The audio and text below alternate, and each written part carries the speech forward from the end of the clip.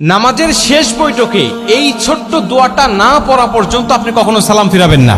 যতদিন আপনি বাঁচবেন, যতদিন আপনি নামাজ আদায় করবেন, ততদিন পর্যন্ত নামাজের শেষ বৈঠকে আপনি এই ছোট্ট দোয়াটা পাঠ করবেন, এরপরে আপনি সালাম ফিরাবেন। এতে কি হবে? প্রথমত আল্লাহ পাক আপনাকে ঈমানের সাথে মৃত্যু দিবে। আপনার মৃত্যুটা যখন হবে তখন ঈমানের সাথে মৃত্যু হবে। আর কোনো ব্যক্তির মৃত্যুটা যদি ঈমানের সাথে হয়ে যায়, ভাই, ওর দুনিয়ার জমিনের কিচ্ছুর প্রয়োজন নাই।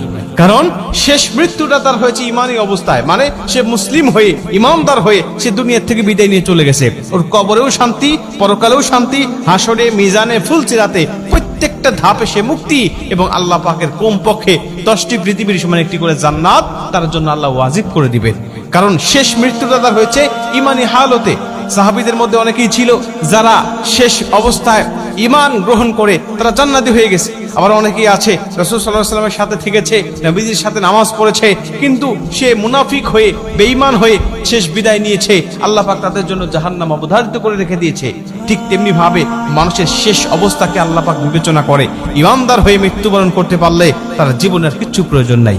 এজন্য আল্লাহর কাছে এই দোয়াটা করতে পারলে আপনি ঈমানদার হয়ে দুনিয়া থেকে বিদায় নেবেন। 2 নম্বরের দোয়াটা পাঠ করলে আপনার কবরে আযাব আল্লাহ ক্ষমা করে দিবে। আপনার কবরে আযাব হবে না, কবরের মধ্যে কোনো ফিতনা হবে না। নবীজি বলেন, যে ব্যক্তি কবরের আযাব থেকে মুক্তি পেয়ে গেল, সব ধাপ থেকে সে মুক্তি পেয়ে গেল। কারণ কবর হলো প্রথম ঘাঁটি। এই ঘাঁটি থেকে মুক্তি পেয়ে গেলে আল্লাহ পাক সব ঘাঁটিতে তাকে মুক্ত করে দিবে এবং তাকে জান্নাত দান করবে। এবং 3 নম্বর হলো আল্লাহ জাহান্নামের আযাব থেকে, জাহান্নামের কষ্ট থেকে, জাহান্নামের